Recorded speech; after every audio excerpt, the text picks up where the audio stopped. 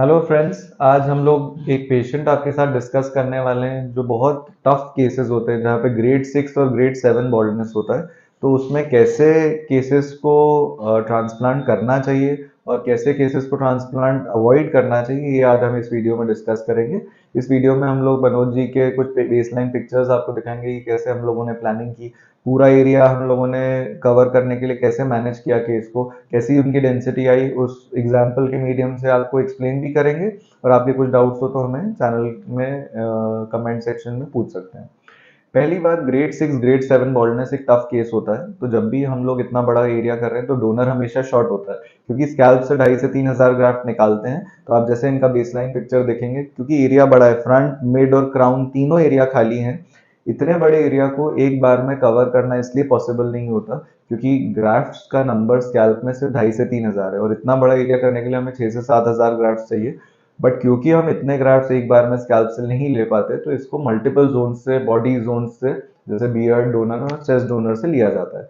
तो जब भी हम लोग एक सिटिंग में कर रहे हैं, चेस्ट का डोनर जो है वो बहुत पुअर माना जाता है, क्योंकि कर्ली होते हैं, थिन होते हैं ग्राफ्ट, तो बहुत हाई ट्रांजैक्शन रेट्स रहते हैं। वहीं बियर्ड का जो डोनर है, कर्ली तो रहता है बट ग्राफ्ट्स थिक रहते हैं और ट्रांजैक्शन रेट्स लो रहते हैं। तो बियर्ड के डोनर को नॉन पार्टीशन जोन में, जहां से हम लोग कोम कर रहे हैं उसके उल्टी तरफ डाला जाता है, ताकि ये लंबे बालों के बीच में छुप जाए और एक कवरेज वैल्यू भी दे हमें।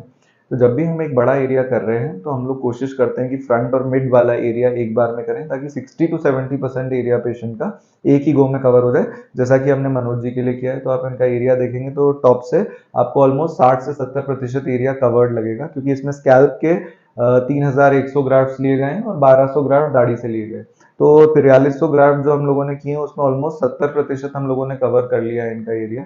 और अब हम इनका क्राउन वाला एरिया 6 से 8 महीने के बाद कर रहे हैं, जब इनका ये पूरा रिजल्ट आ चुका है।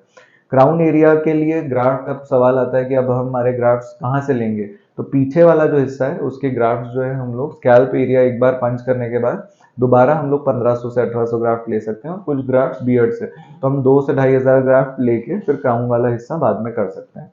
तो जब भी इतना एक्सटेंसिव एरिया रहता है तो पहला मैसेज जो ये है कि एक बार में ट्रांसप्लांट ना करा जाए ग्रेड 6 7 का।